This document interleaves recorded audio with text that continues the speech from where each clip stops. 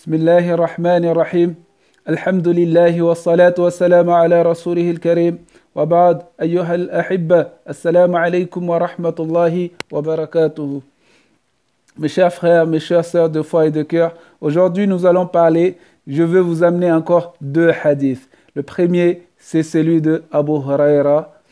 Le deuxième, c'est celui de Nu'man ibn Bashir, un hadith très connu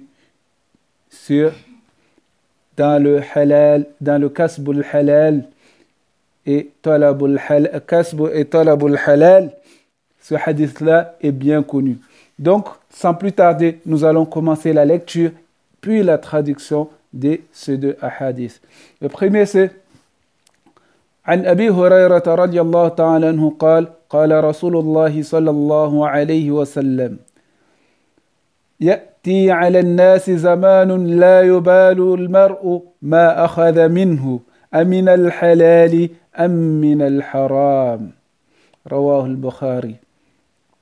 وعن النعمان بن بشير رضي الله تعالى عنه قال قال رسول الله صلى الله عليه وسلم الحلال بين والحرام بين وبينهما مشتبهات لا يعلمهن كثير من الناس فمن اتقى الشبهات استبرأ لدينه وعرضه ومن وقع في الشبهات وقع في الحرام كالراعي يرعى حول الحمى يوشك أن يرتع فيه ألا إن لكل مالك حمى ألا وإن حمى الله محارمه ألا وإن في الجسد مضغة إذا صلحت صلح الجسد كله وإذا فسدت فسد الجسد كله ألا وهي القلب متفق عليه.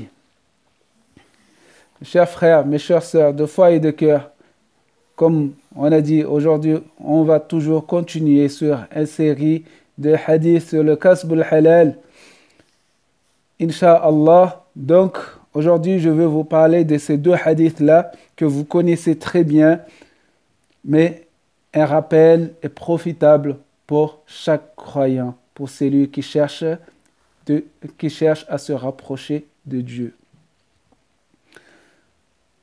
Le prophète sallallahu alayhi wa sallam a dit dans le hadith rapporté par Abu Huraira radiallahu ta'ala anhu, il dit Ya'ti ala an-nasi zamanun la yubali al-mar'u.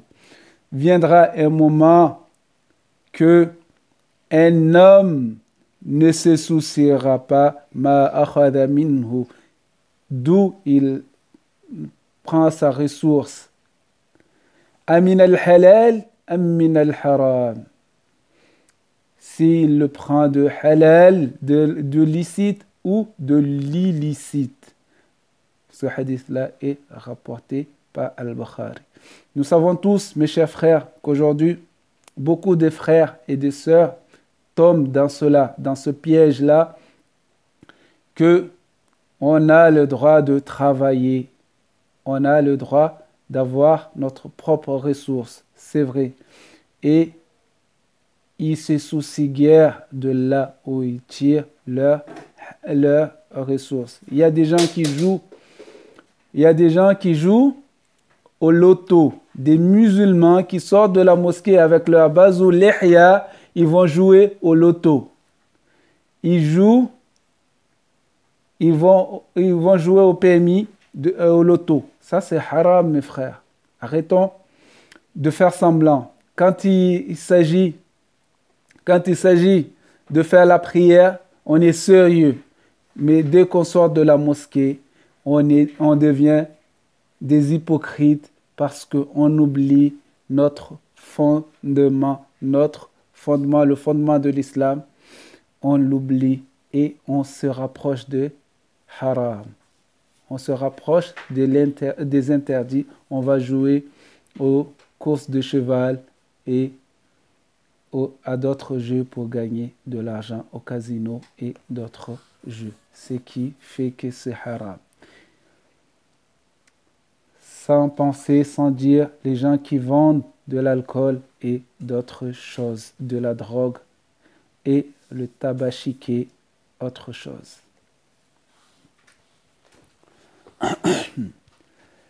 Ça, c'est Amin al-haram, Amin al-halali, Amin al-haram. Il se soucie guère d'où il retire son argent. Des fois, on voit des patrons qui mangent l'argent de ses employés. Ils ne payent pas ses employés le mois. 2 mois, 3 mois, les employés ne sont pas payés. Ils travaillent toujours. Ils travaillent dur pour faire manger leur famille, mais les employeurs l'ont oublié. Nous, les employeurs, s'il vous plaît, n'oublions pas notre amana. Tu as un contrat avec cette personne-là que tous les mois, tu vas lui verser son salaire. Ou bien toutes les semaines, tu vas lui verser son salaire. N'oublie pas de lui verser son salaire. Et ne prends pas la moitié en lui donnant la moitié. Vous avez fait un contrat, respecte ton contrat. Sinon, tu vas manger le haram. Ne prends pas l'argent que tu dois donner à tes employés pour aller t'acheter une belle voiture ou bien acheter de belles robes à ton épouse, des cadeaux à ton épouse alors que tes employés ne sont pas payés. S'il vous plaît, les amis, s'il vous plaît, ceux qui font travailler les gens, respectez-les. Et parmi le respect, c'est de les payer à l'heure, au moment où tu devrais les payer. Tu ne manges pas haram, mange licite. C'est vrai que c'est ton travail, mais s'il y a quelqu'un qui ne devrait pas être payé, c'est le patron, parce que c'est lui qui a mal géré son entreprise pour qu'il n'y a pas d'argent. Donc s'il n'y a pas d'argent, c'est de sa faute, donc c'est lui qui ne doit pas manger. Mais les employés doivent avoir leur salaire à temps. Le deuxième hadith, le hadith le plus connu, je crois, au monde, qui est très négligé par certains.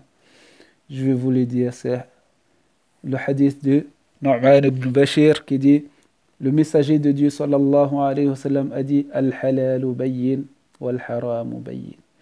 Le halal, le licite est évident et clair. Wal-haramu bayyin, et le illicite est bien connu et clair, est évident. Wa baynahuma al-mushtabihat, et entre les deux là, c'est l'ambiguïté, c'est l'incertitude, c'est la confusion, quelque chose qui est vague. La ya'lamuhunna kathirun minan nas. Beaucoup de gens ne le connaissent pas. La majorité des gens ne le connaissent pas. Faman ittaqa ash-shubuhat istabra'a li dinihi wa 'irdihi. Celui qui s'est préservé, de shubuhat, des incertitudes ou des confusions, cette personne-là, il a préservé sa religion et sa dignité, son honneur. وَمَنْ وَقَعَ فِي الشُّبْهَاتِ, celui qui tombe dans les certitudes, وَقَعَ فِي الْحَرَامِ, alors cette personne-là est tombée dans l'illicite, dans le haram.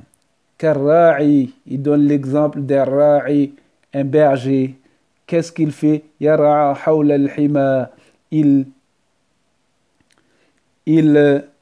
fait paître ses animaux autour d'une propriété. Yushiku an yarta'a fihi.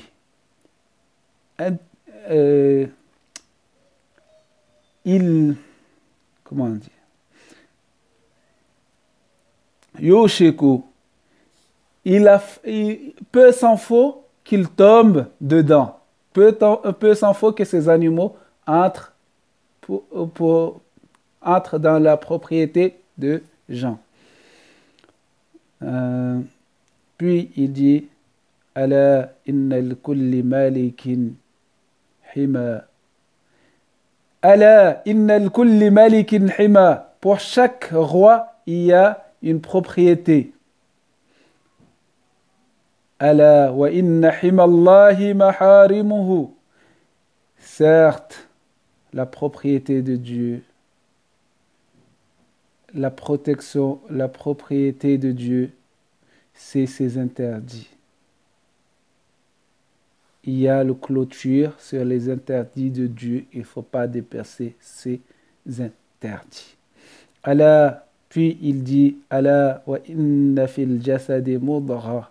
Dans le corps, il dit, écoutez bien. Allah, écoutez bien. Entendez cela. Wa inna fil jasadi mudghah. Et certes, dans le corps, il y a une chair.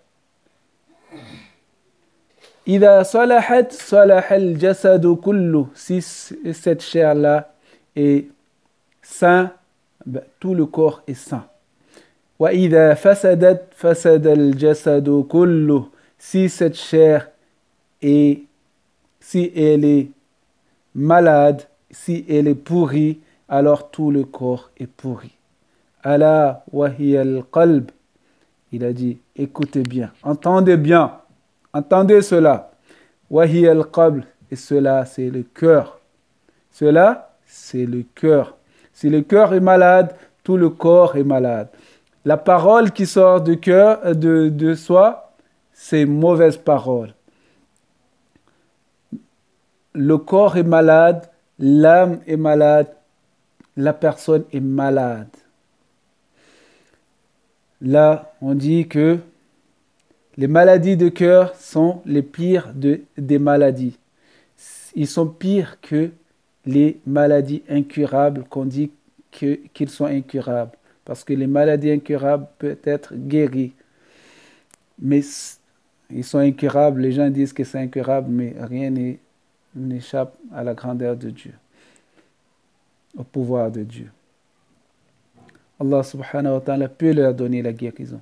Mais les maladies de cœur, c'est pire que cela. L'hypocrisie, la haine, la colère, tout ça, les maladies, le fait de quoi?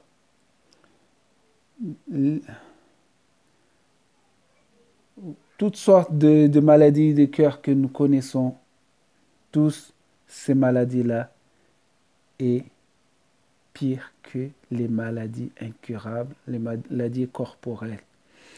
Donc, le cœur, c'est ce qui est dans le corps, mais il fait sortir de cela les paroles. Les paroles sont mufsid aussi. La parole aussi devient des choses qui rendent malades les gens. Il y a un poison même dans la parole de ces gens-là, il y a un poison. Donc, mes chers frères, mes chères sœurs, évitons cela, faisons l'effort de bien agir envers notre prochain. Évitons de faire du mal à nous-mêmes. Soignons notre cœur. Amenez la ilaha illallah, subhanallah, alhamdulillah, Allah akbar. Pensons beaucoup à Allah. Dans chaque chose, il faut penser à Allah subhanahu wa ta'ala. Il ne faut pas tromper les gens. Si tu trompes les gens, tu te trompes toi-même parce que tu fais partie des gens. Donc, mes frères, arrêtons et préservons-nous. N'entrons pas dans les incertitudes. Tout ce que Dieu nous a permis de manger, prenons-les et mangeons-les et arrêtons de faire n'importe quoi sur nous-mêmes. Wa jazakumullah khair. Wassalamu alaykum. Qu'Allah subhanahu wa ta'ala nous préserve de l'incertitude. Et demain, Inch'Allah, ou la prochaine fois, Inch'Allah, nous allons continuer sur ce même chapitre, Inch'Allah. Nous allons parler de halal, kasbul halal wa talabul halal. Le fait de acquérir ou de chercher, de rechercher le licite, Inch'Allah. Wa jazakumullah khair. Allah subhanahu wa ta'ala vous récompense pour votre patience. Qu'Allah subhanahu wa ta'ala vous donne la force de chercher le halal. Wa jazakumullah khair. Assalamu alaikum wa rahmatullahi.